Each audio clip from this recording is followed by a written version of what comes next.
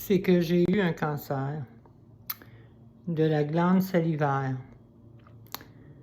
Moi, je dis que c'est sûrement à cause de la radiothérapie que j'ai eue à 3 reprises par rapport à ma glande thyroïde. J'avais eu le cancer de la glande thyroïde, puis j'ai fait 3 fois de la radiothérapie parce qu'il restait encore du cancer. Puis c'était de l'iode radioactif. L'iode radioactif, mais ça se jette dans les glandes salivaires. Fait qu'on me donnait à l'hôpital du citron. Il fallait que je mange du citron pour saliver le plus possible pour que la radioactivité s'en aille, tu sais, dans ma salive. La 3e fois, j'ai peut-être pris moins de citron, là, tu sais. Fait que il y a eu beaucoup de radioactifs qui se sont accumulés dans mes glandes salivaires. Fait que ce qui fait que ça a développé un cancer, un autre cancer. Fait qu'on m'a l'enlevé, la glande salivaire, mais le cancer était sorti. Ça faisait 1 an que je disais que, tu sais, j'avais mal dans l'oreille, j'avais mal là, ben on n'a pas tenu compte de ça. Puis 1 an plus tard, mon œil avait de la misère à fermer, puis il ne fermait pas. Mon garçon me l'a dit, puis fait que là, on a passé des tests, puis on s'est rendu compte qu'il y avait un nodule. On a pris un prélèvement, puis moi, ça faisait au moins 1 an que j'avais ça parce que je le sentais. Je le disais que j'avais mal. Puis, il a sorti. C'est un cancer qui est agressif, fait qu'il a sorti de la glande salivaire. Il a été dans le nerf, puis il était entouré là, alentour du nerf. Donc, fait qu'on a dû sectionner une partie du nerf. C'est pour ça que je vais être paralysée la moitié de la face pour le restant de ma vie. Fait que c'est ça. Puis là, on m'a cousu l'œil parce que l'œil ne fermait pas. Fait qu'en étant tout le temps ouvert, ça peut être dangereux. Mais je vais suivre une opération à l'œil lundi prochain. Je ne sais pas ce que ça va donner. On verra rendu là. Fait que je fais confiance à Dieu. Je suis toujours en amour avec Dieu. Puis je peux toujours parler de Dieu avec amour. Parce que il m'enlèverait la face au complet. Je l'aimerai toujours. Moi, j'ai toujours dit je suis prête à tout. Puis, j'étais prête à tout. Il savait. C'était accepté d'avance. C'est pas le physique le plus important. C'est la spiritualité, c'est l'âme, c'est la vie avec Dieu, c'est qui on est, puis qu'on va rester dans l'au-delà. Le corps sera plus là de toute façon. Fait que la douleur, c'est ça. C'est une façon de prier, d'offrir en cadeau, en sacrifice pour des choses qu'il faudrait qu'il arrive dans la vie de chacun.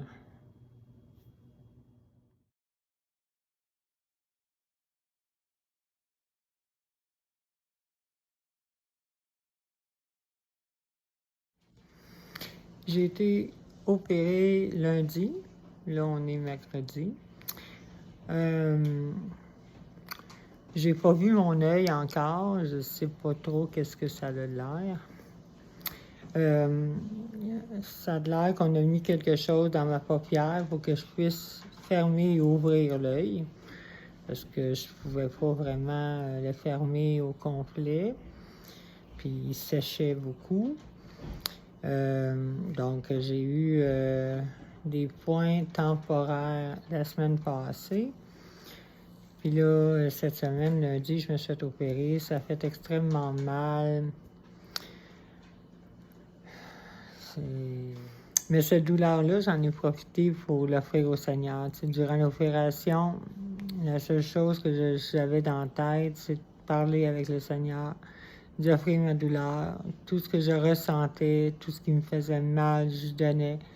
Puis je donnais principalement pour mes enfants, pour Sarah, c'était sa fête, le 3. Donc, mon opération, c'était le 4 juillet.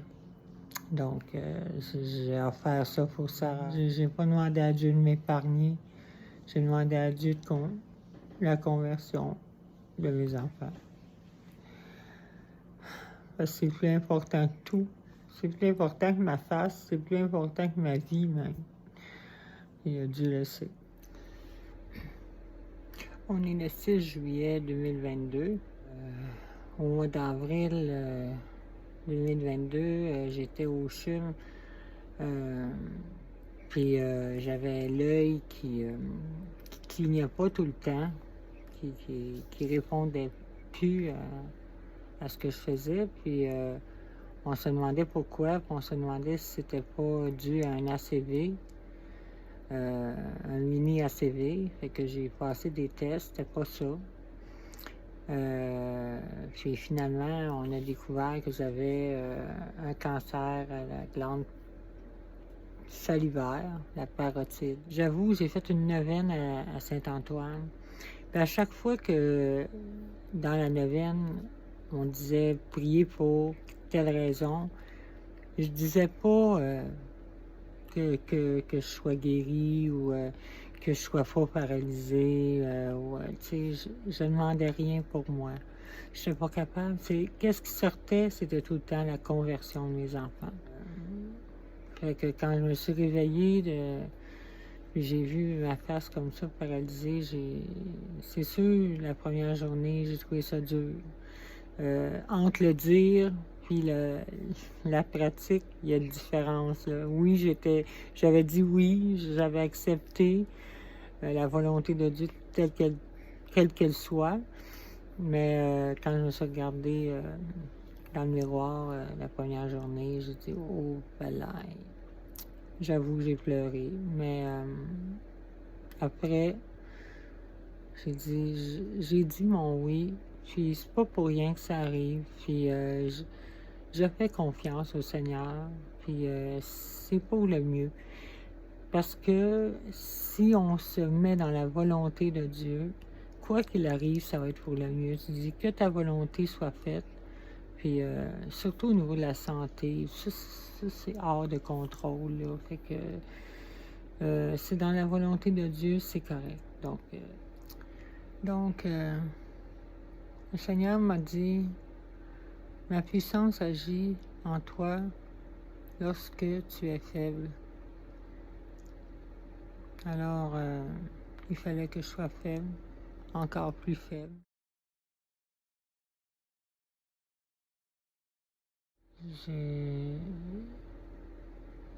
J'avais quand même de l'humilité, je crois bien. J'ai jamais cherché à être mieux ou à écraser les gens pour me relever. Je crois que je n'étais pas une personne super orgueilleuse. J'avais rien à m'enorgueillir. J'ai toujours dit que si je fais quoi de bien, c'est pas de moi, mais c'est du Seigneur. C'est grâce au Seigneur.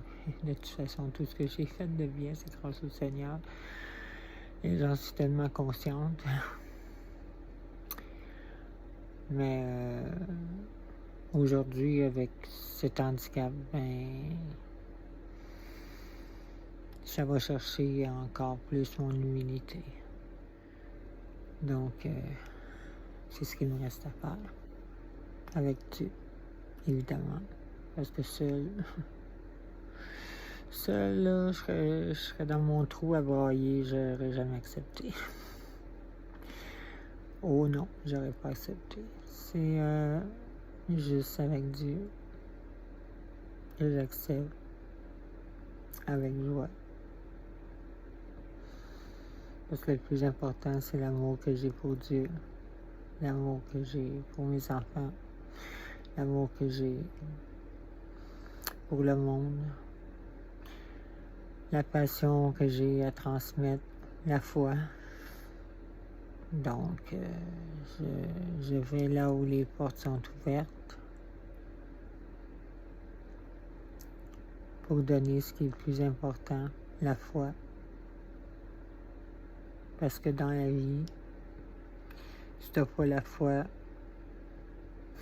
comme un peu tu passer à travers les épreuves qui vont t'attendre, qui t'attendent. Toutes les épreuves qui peuvent t'arriver. Tu ne sais pas. Tu sais pas ce qui peut t'arriver. Le savais-tu, moi, c'était pour m'arriver, ça? Tu sais, c'est un cadeau parce que quand je me suis fait opérer au mois d'avril pour le pancréas, après des pancréatites à répétition que j'avais depuis le mois de novembre 2021. Je mangeais quasiment plus, j'ai perdu 40 livres, je n'étais pas capable de manger. Puis on a finalement passé des tests, puis on a finalement découvert qu'il y avait une masse sur mon pancréas. Cette masse-là, ça venait des reins, parce que j'ai eu un cancer du rein. Puis on m'avait enlevé un rein, mais il restait des cellules cancéreuses du rein. Fait que ces cellules-là cancéreuses, c'est le cancer, ça cherche à se produire, puis à se reproduire. Donc, ces cellules cancéreuses-là, ils ont été collées sur le pancréas. Puis, ils se sont multipliés. Ils ont fait une masse sur le pancréas. Puis moi, j'avais mal quand je mangeais. Alors, c'est ça. Fait que, ce qui fait que des cancers, je suis habituée avec ça, ça n'arrête pas.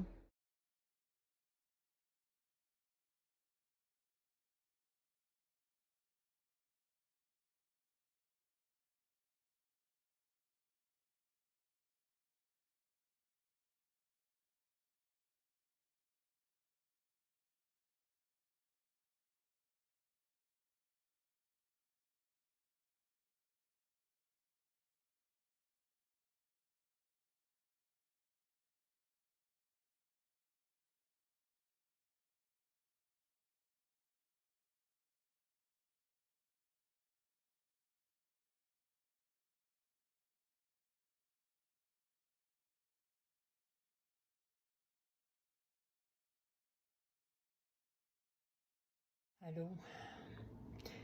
On est rendu au mois d'août. On est rendu le 10 août. Puis là, je vais commencer de la radiothérapie la semaine prochaine. Écoute, hier, j'étais vraiment down. J'étais découragée. J'ai appelé... en fait, j'ai pas tellement appelé. En vérité, on m'a appelé. Puis, je me suis rendu compte que c'est vrai que je suis découragée de la vie, de ce qui se passe, de la maladie. Je suis écœurée des hôpitaux, je suis plus capable. Ouf, je pleurais là, à l'hôpital aujourd'hui, hier. Les larmes me coulaient. Puis, en fait, hier, j'ai eu des téléphones après, puis de plusieurs amis, de famille. Puis, tu sais, je me suis rendu compte que je suis aimée. Puis,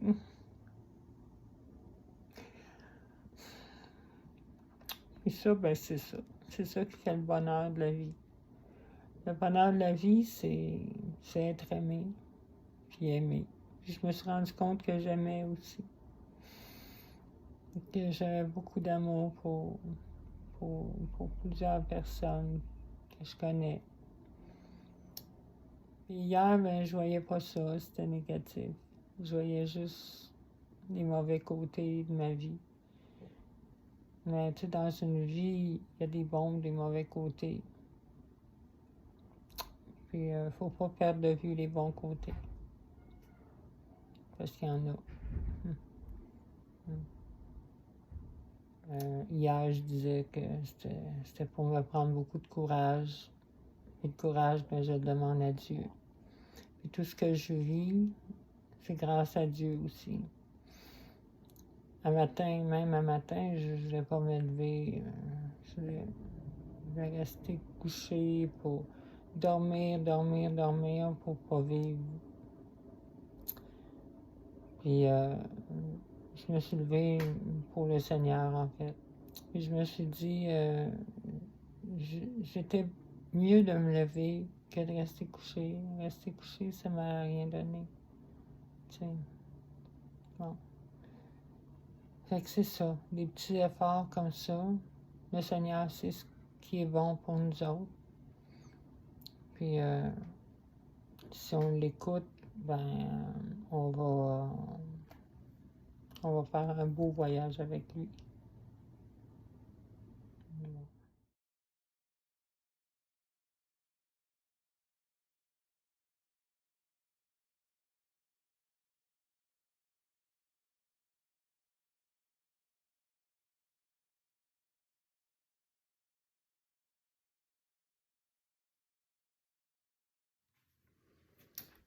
J'en suis à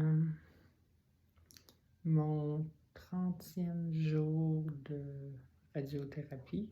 Je suis fatiguée, mais quand même, je fais beaucoup de choses. Je suis quand même active, puis je me couche pas du tout dans le jour.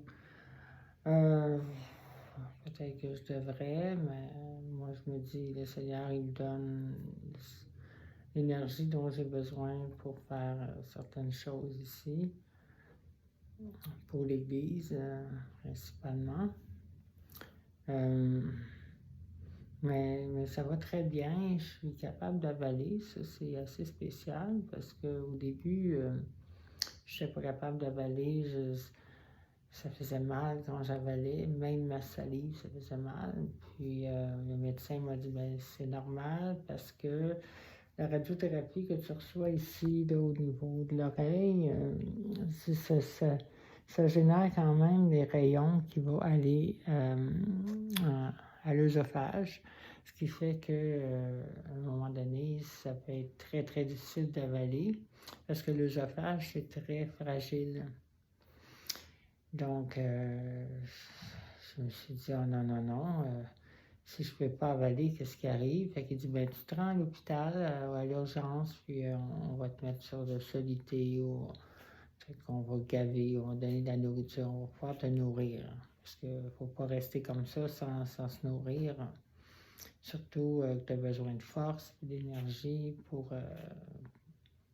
Fait que moi, je dis, oh my God, non, je n'ai pas de temps, je veux pas aller à l'hôpital encore.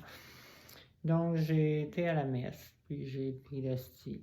Puis j'ai dit au Seigneur, quand j'ai avalé l'hostie, j'ai dit, tu passes dans mon œsophage, tu passes dans mon œsophage. Je te demande de faire en sorte de la protéger pour qu'elle ne soit pas touchée par la radiothérapie, puis que je puisse avaler. Mais c'est vrai, après avoir mangé l'hostie, j'avais plus mal à la gorge, j'ai été déjeuner, ça rentrait, puis ça l'irritait pas, ça faisait pas mal, c'était terminé la douleur. Fait que je m'en suis pas tenue à ça. J'ai continué à tous les jours d'aller communier, d'aller prendre l'hostie. À chaque fois, je disais, Seigneur, protège mon œsophage. Puis qu'est-ce qui est arrivé? Parce que tout le long de la radiothérapie, à chaque fois que j'y vais, l'infirmière me demande. Et puis, es-tu capable d'avaler? Est-ce que le goût, ça a changé? Non, le goût est correct, je suis capable d'avaler, je mange mes 3 repas par jour, j'ai pas mal. Mais c'est grâce à Dieu, je peux pas dire autre chose que ça.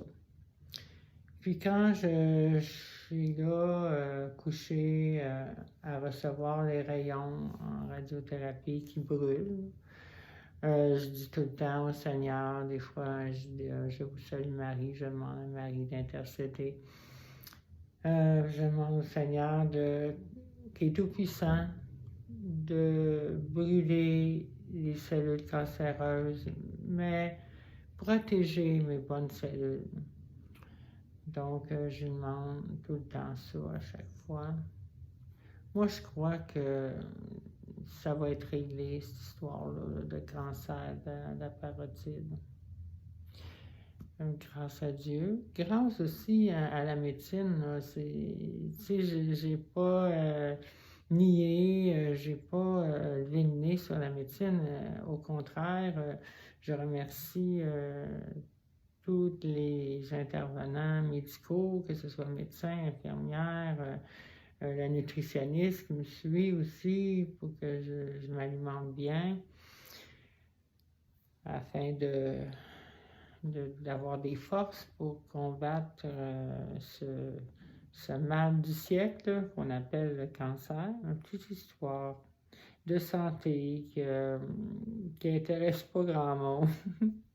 En fait, si je le dis, si je le compte, c'est pas pour me plaindre de mon état de santé, mais pas du tout. C'est pas pour écœurer le monde avec ça, mais c'est pour montrer que Dieu, il est là, il est présent. Il a toujours été présent dans ce que j'ai vécu. Il est encore dans ma maladie. Puis, en fait, j'ai juste à me remettre à lui. Puis, même si j'ai perdu une moitié de face, puis que c'est pas joli, regarde, la beauté, il faut que ça soit une beauté du cœur, puis pas une beauté du corps. Je nie pas la beauté du corps, c'est beau. Le Seigneur nous a créé un beau corps, là, très parfait. Mais quand on vieillit, ben, le beau corps parfait devient imparfait. Puis c'est normal, c'est le vieillissement. Il y a toujours des petits bobos qui vont sortir. Puis moi, ben, c'est ça, c'est quelque chose que je m'attendais pas, mais qui est là. Puis c'est pas si grave que ça, parce que c'est pas ça qui est important, je l'ai toujours dit, fait que il faut que je le mette en pratique. Fait que la pratique, c'est différent. La pratique, c'est pas pareil comme les idées, hein? Ça rentre dedans. Fait que, ben, c'est pas grave, parce que c'est le cœur qui est important, puis on va s'en remettre complètement à Dieu, à son amour, à sa grandeur. Seul Dieu est beau, seul Dieu est grand, seul Dieu est intelligent.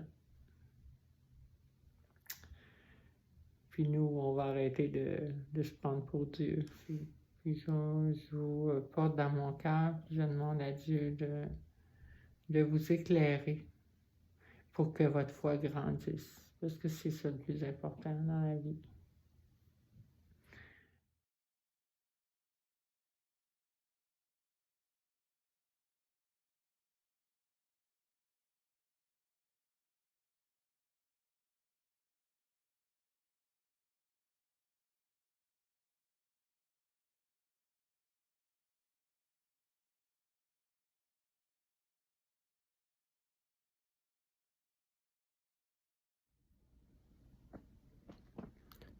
Ça fait 4 mois que j'ai eu mon opération. Ça fait 4 mois que je vis avec cette figure-là.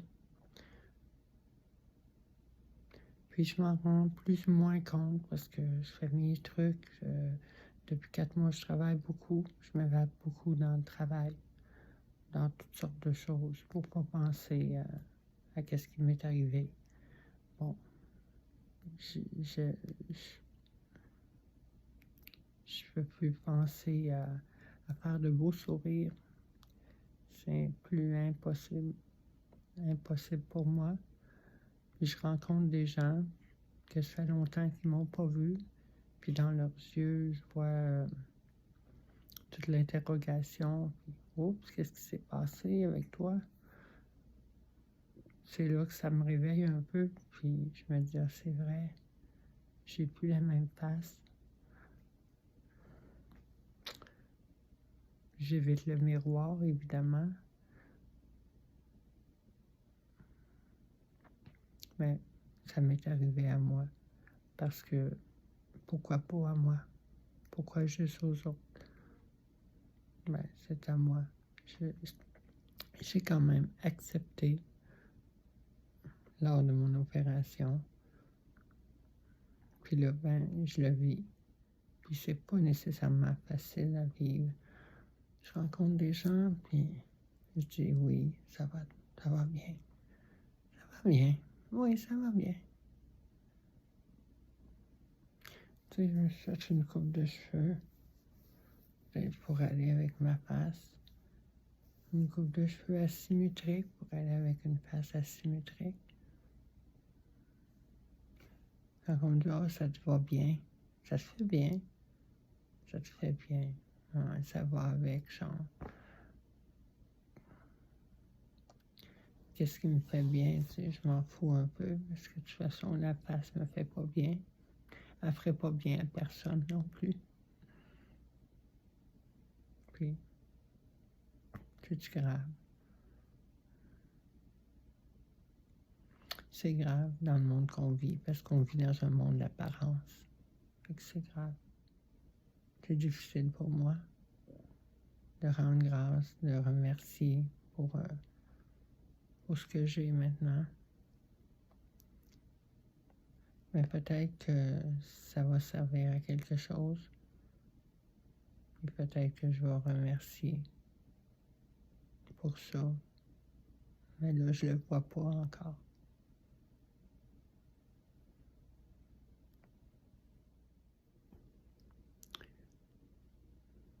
Je m'excuse, mais quand je me regarde, je trouve ça affreux. Des fois, je me dis, je suis rendu un monstre.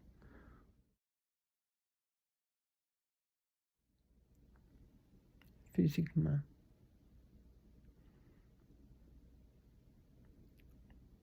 Je suis plus capable de me regarder.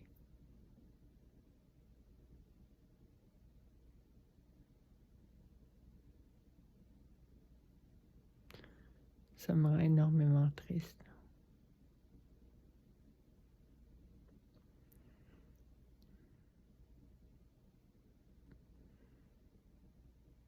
Mais si c'est pour convertir, ça vaut la peine, hein? Ça vaut la peine de perdre la face, de ne plus être capable de sourire.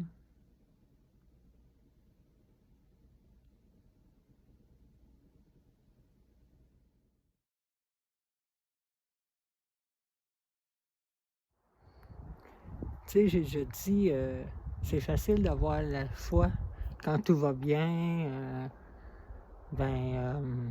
Tout va pas toujours bien, là. J'en suis la preuve. Ça va pas bien, là. Tu me regardes la face. Mais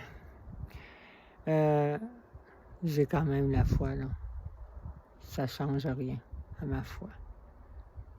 Je l'ai déjà dit, solide comme le roc. Ça reste solide.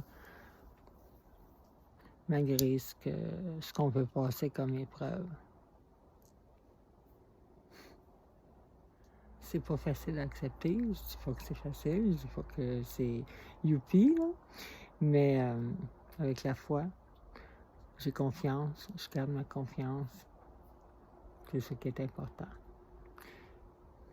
Merci mon Dieu, merci d'être là, merci de m'aider à continuer malgré tout. On est rendu au mois de décembre 2022. Il y a des hauts et des bas dans ma vie. Là, c'est pas facile parce que je marche avec une béquille. Mais avec des béquilles parce que j'ai le genou hyper enflé. Ça fait 1 mois que j'ai très mal au genou, j'ai de la misère à marcher. Donc, j'essaie d'éviter de marcher le plus possible. Donc, c'est une autre affaire qui est arrivée.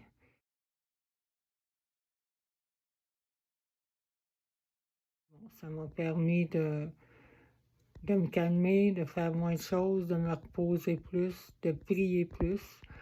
Je pense que je manquais de prière.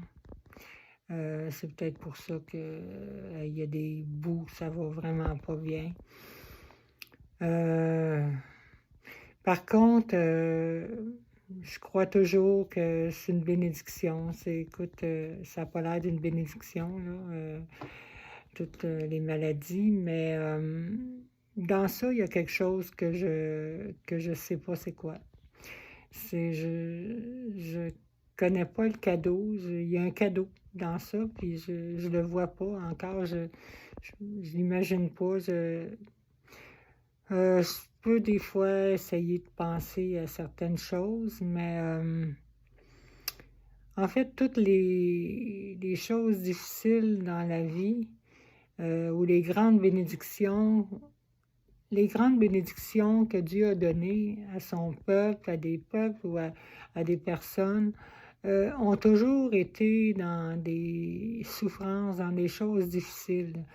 Si on pense à Joseph, si on pense à Moïse, si on pense à différents prophètes, mais Dieu a ce pouvoir et ce pouvoir grandiose d'amour de transformer les grandes épreuves en quelque chose de bien. Puis plus l'épreuve est grande, je pense que plus il y a quelque chose de bien.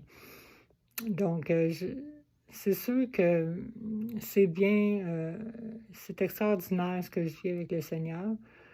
Ça n'empêche pas les souffrances. Ça n'empêche pas les souffrances. Il y a des journées très difficiles. Mais au-delà des souffrances, je suis capable de prier pour être toujours dans la joie et l'action de grâce. Je m'explique, c'est de remercier Dieu pour ce qu'il fait. Dieu, quand il arrive quelque chose, ben c'est pas pour rien, puis il sait ce qu'il fait. Donc, je fais entièrement confiance. Je me donne à lui, puis plus ça va, plus je me donne à lui, plus c'est difficile, plus je me donne à lui. Je lui donne ma vie, fais-en ce que tu veux, puis en espérant qu'il en sorte du bien, mais je suis convaincue qu'il va en sortir du bien, un très grand bien d'ailleurs, que je ne vois pas encore. Mais je marche par la foi. Je marche par la foi. Je ne le vois pas, c'est dans le noir, mais ma foi m'illumine. C'est certain que Dieu est plus grand que tout ça. C'est certain. J'y crois à 100%. Mais comme je vous dis, ça n'enlève pas les souffrances. Les émotions sont intenses, là, et ils font vraiment mal. C'est physique. Mais est-ce qu'il faut que je me fie tout le temps à mes émotions? Dans ce temps-là, je pense qu'il faut prier. Quand les émotions prennent toute la place, là, puis que tu as juste envie de pleurer, puis tu as juste envie de ne plus être là, c'est de prier. Je pense que c'est ça le plus important, c'est de prier à Dieu ou aller chercher des ressources, d'autres qui prient. Des fois, ça peut aider aussi. Donc, il y a des super bonnes ressources sur Internet. Au niveau de la prière, il y a différents groupes, différentes églises qui font des choses merveilleuses. Il faut garder le moral parce que la souffrance morale, c'est très, très difficile. C'est très difficile à vivre, aussi difficile que la souffrance physique. Même des fois plus. Fait que c'est la prière, se tourner vers Dieu, avoir confiance qu'il est là, qu'il y a un cadeau dans ce que je vis. Puis le cadeau, c'est pas demain, c'est pas dans un mois, dans un an, c'est aujourd'hui, il est là le cadeau. Dans la souffrance, il y a un cadeau, c'est de le trouver, puis de s'approcher de Dieu le plus possible.